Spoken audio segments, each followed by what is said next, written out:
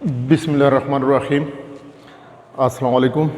Dear student, today our topic is ribosomes.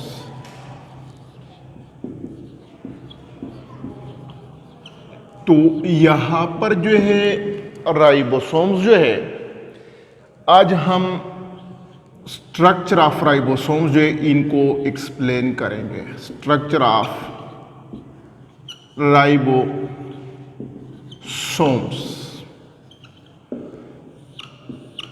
तो बेटा अगर हम स्ट्रक्चर ऑफ राइबोसोम्स को देखें तो हमारे साथ राइबोसोम जो है 2 पार्ट्स पर मुश्तमिल होता है, जिनको हम राइबोसोम सब यूनिट्स कहते हैं। Ribosomes are composed of 2 parts called ribosomes सब यूनिट्स।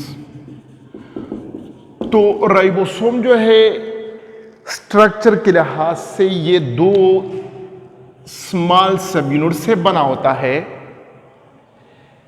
एक जो है हमारे साथ क्या है, स्मॉल सब यूनिट होता है,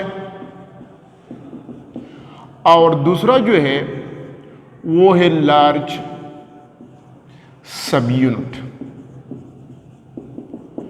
फॉर एग्जाम्पल ये हमारे साथ स्मॉल सब यूनिट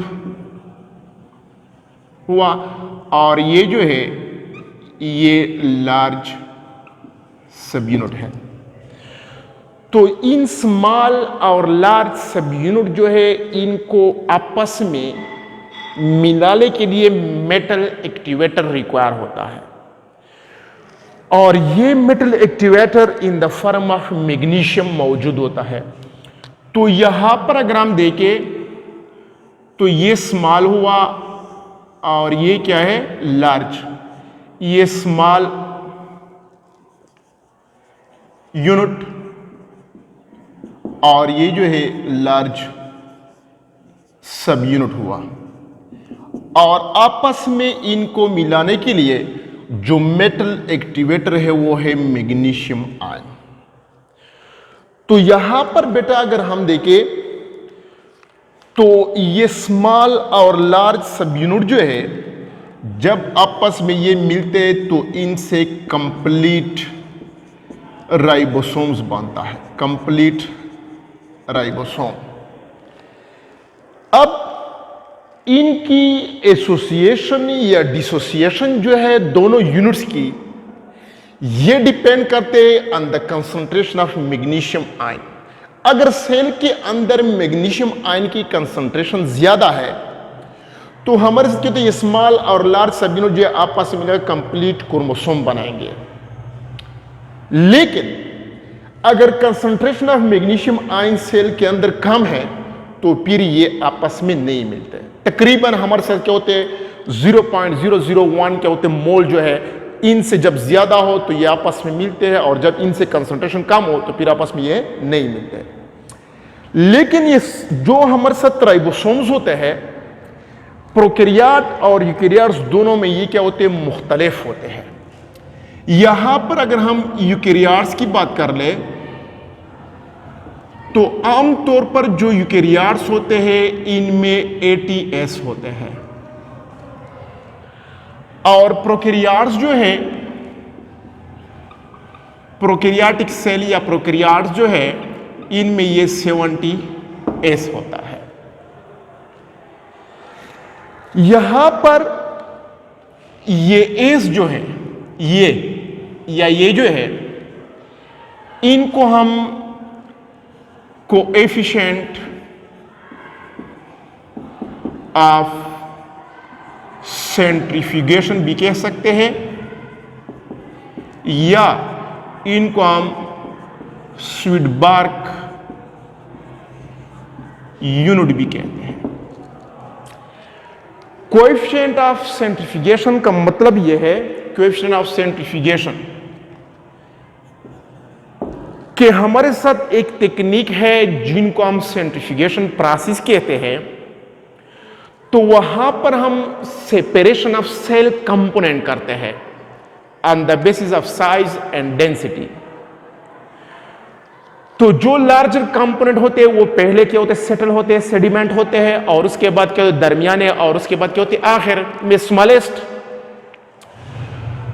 तो यहां पर जो है राइबोसोम जो है ये हमारे क्या होते हैं, स्मॉलेस्ट सेल कंपोनेंट है, स्मॉलेस्ट सेल कंपोनेंट है। तो सबसे पहले क्या होता है, सबसे आखिर में क्या होते हैं, राइबोसोम सेटल होंगे। तो सेंट्रीफ्यूगेशन प्रोसेस के दौरान जिस रेट पे ये सेटल होते हैं वो रेट प्रोकैरियोट्स में हमारे साथ 70 है, और यूकैरियोट जो है उनमें क्या होते हैं, 80 है। शेडबार्ग इन्होंने सबसे पहले इन पर काम किया था, इनको डिस्कवर किया था, और इसी ही बुनियाद पर हम इनको शेडबार्ग यूनिट या कोएफिशिएंट ऑफ सेंट्रीफ्यूगेशन कहते हैं। इनमें यह होता है कि अगर हम प्रोकैरियोट्स की बात कर लें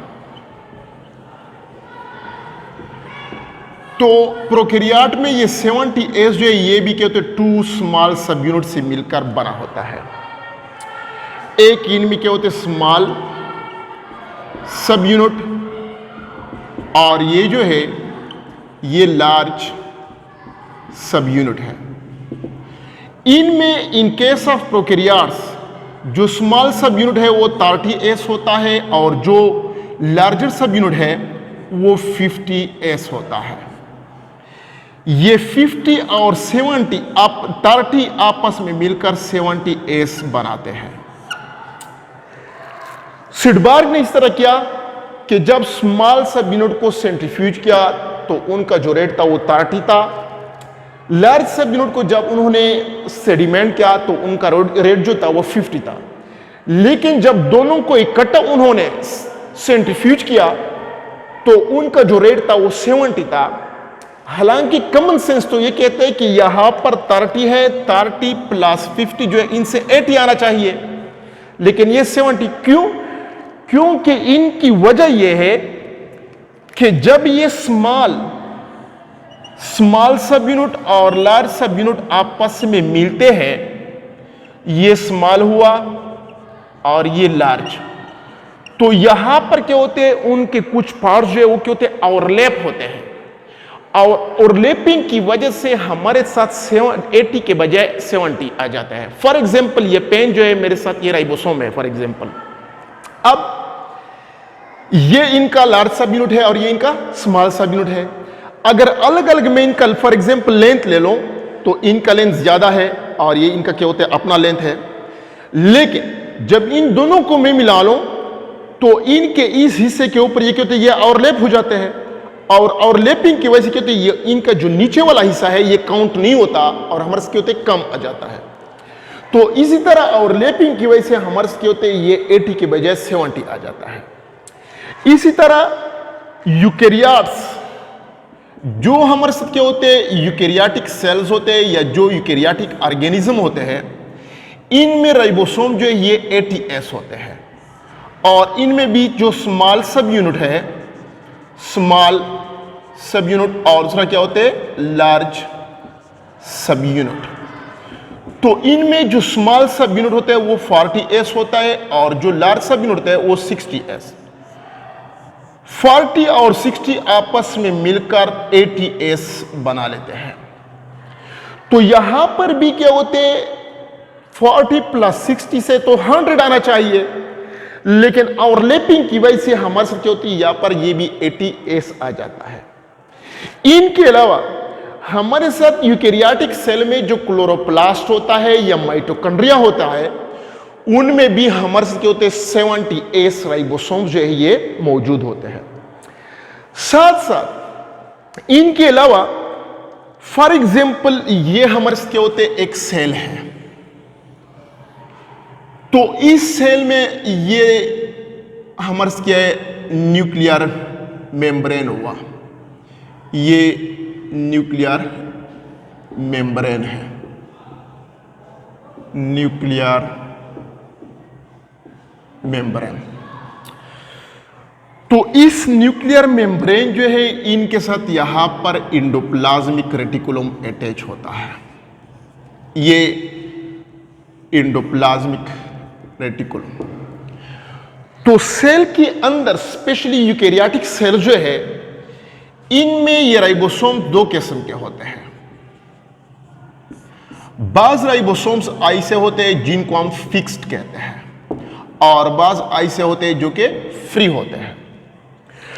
तो वो राइबोसोम्स जो यहां पर एंडोप्लाज्मिक रेटिकुलम के आउटर सरफेस या न्यूक्लियर मेम्ब्रेन के आउटर सरफेस जो है यहां पर अटैच होते हैं, इनको हम फिक्स्ड राइबोसोम्स कहते हैं। Fixed ribosomes.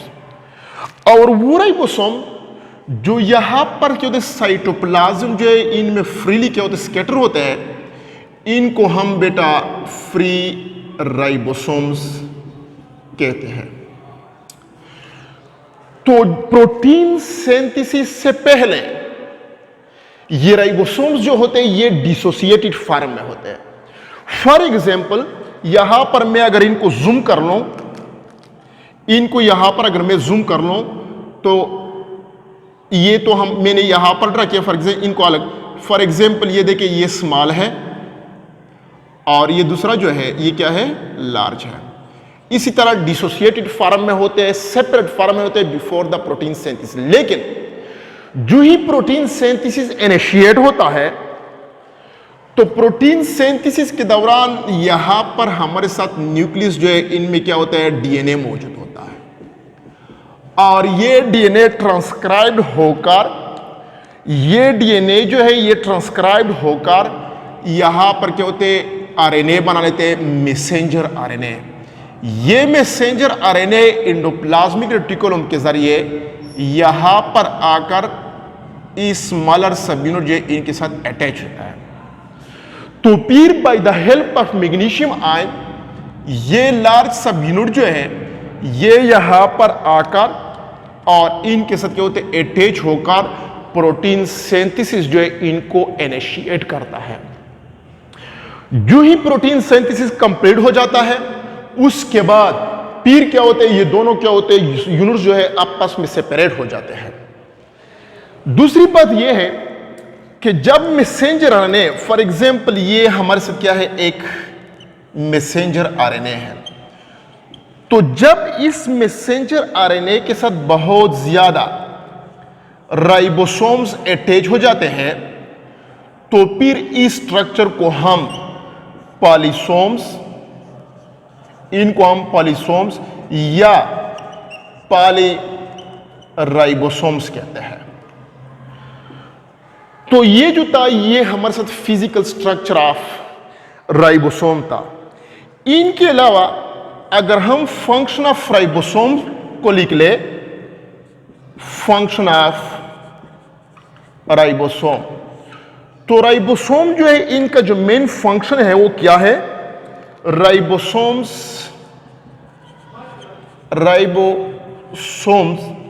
Are the sites of protein synthesis. Main function of ribosome जो है वो क्या करते हैं, पॉलीपेप्टाइड चेन को सिंथेसाइज करते हैं या प्रोटीन को सिंथेसाइज करते हैं।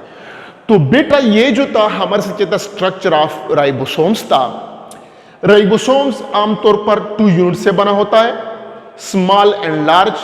ये स्मॉल और लार्ज जो है इनको मिलाने के लिए मेटल एक्टिवेटर, फॉर एग्जांपल हमारे मैग्नीशियम जो है वो रिक्वायर होता है। तो जब क्या होता है ये स्मॉल और लार्ज मैग्नीशियम आयन के जरिए मिल जाए तो ये कंप्लीट राइबोसोम्स बना लेते हैं। तो जो राइबोसोम है हमारे साथ प्रोकैरियोट और यूकैरियोट जो है इनमें ये मुख्तलिफ होते हैं। यूकैरियोट्स में 80S और क्या होते हैं प्रोकैरियोट जो है इनमें 70S होते हैं। यहां पर ये एस जो है इनको हम कोएफिशिएंट ऑफ सेंट्रीफ्यूगेशन या सिडोबार्क यूनिट भी कहते हैं, क्योंकि सेंट्रीफ्यूगेशन प्रोसेस के जरिए जिस रेट पे ये सेडिमेंट होता है, जिस रेट पे ये सेटल होते हैं, उस रेट को क्या होता है ये रिप्रेजेंट करते हैं। और ये रेट यूकैरियोट और प्रोकैरियोट दोनों में क्या है मुख्तलिफ है। और सबसे पहले इन पर कहता है शुडबार्ग ने इनको मालूम किया था, तो इसी ही बुनियाद पर हम इनके साथ शुडबार्ग की यूनिट भी लगा लेते हैं। तो यहां पर जो है हमारे साथ प्रोकैरियोट जो है, तो प्रोकैरियोट में ये 70s होते हैं, स्मॉलर सब यूनिट 30 और क्या होते हैं लार्ज सब यूनिट जो है 50। तो ये आपस मिलकर 870 क्या होते हैं एस बना लेते हैं, क्योंकि ओवरलैपिंग की वजह से हमारे साथ 80 के बजाय 70 आ जाता है। इसी तरह यूकैरियोट में क्या होते हैं स्मॉल 40 और क्या होते हैं लार्ज जो है 60। तो 100 की बजाय ओवरलैपिंग की वजह से क्या होते हैं 80 एस आ जाता है। राइबोसोम हमारे साथ दो किस्म के होते हैं। वो राइबोसोम जो न्यूक्लियर मेम्ब्रेन या एंडोप्लाज्मिक रेटिकुलम के साथ अटैच होते हैं उनको हम फिक्स्ड या बॉन्ड राइबोसोम्स कहते हैं, और वो राइबोसोम जो साइटोप्लाज्म में फ्रीली स्कैटर होते हैं उनको हम फ्री राइबोसोम्स कहते हैं। तो प्रोटीन सिंथेसिस से पहले ये स्मॉल और लार्ज सब यूनिट जो दोनों सेपरेट होते हैं। जो ही प्रोटीन सिंथेसिस इनिशिएट होता है तो उनके इनिशिएशन के लिए मैसेंजर आरएनए रिक्वायर होता है। तो न्यूक्लियस में क्या होते हैं, डीएनए से क्या होते हैं, आरएनए क्या होते हैं, ट्रांसक्राइब होकर फिर न्यूक्लियर पोर के जरिए साइटोप्लाज्म में आ जाता है। वो स्मॉलर सब यूनिट के साथ अटैच होकर और फिर मैग्नीशियम आयन के जरिए क्या होते हैं लार्ज सब यूनिट जो है वो इनके साथ मिल जाते हैं, और हमारे से क्या होते हैं पॉलीपेप्टाइड चेन सिंथेसिस या प्रोटीन सिंथेसिस जो है ये शुरू हो जाता है। लेकिन जब बहुत ज्यादा राइबोसोम्स इस मैसेंजर आरएनए के साथ अटैच जाए तो इस किस्म के स्ट्रक्चर को हम पॉलीसोम्स या पॉलीराइबोसोम्स कहते हैं। राइबोसोम्स का जो मेन फंक्शन है वो क्या है, प्रोटीन सिंथेसिस है। तो जी स्टूडेंट्स, अगर मेरा लेक्चर आपको पसंद आया हो तो इनको सब्सक्राइब करें, बेल का बटन दबा लें और अपने जो दोस्त होते हैं, रिलेटिव्स होते हैं, उनके साथ इनको शेयर करें। Thank you very much.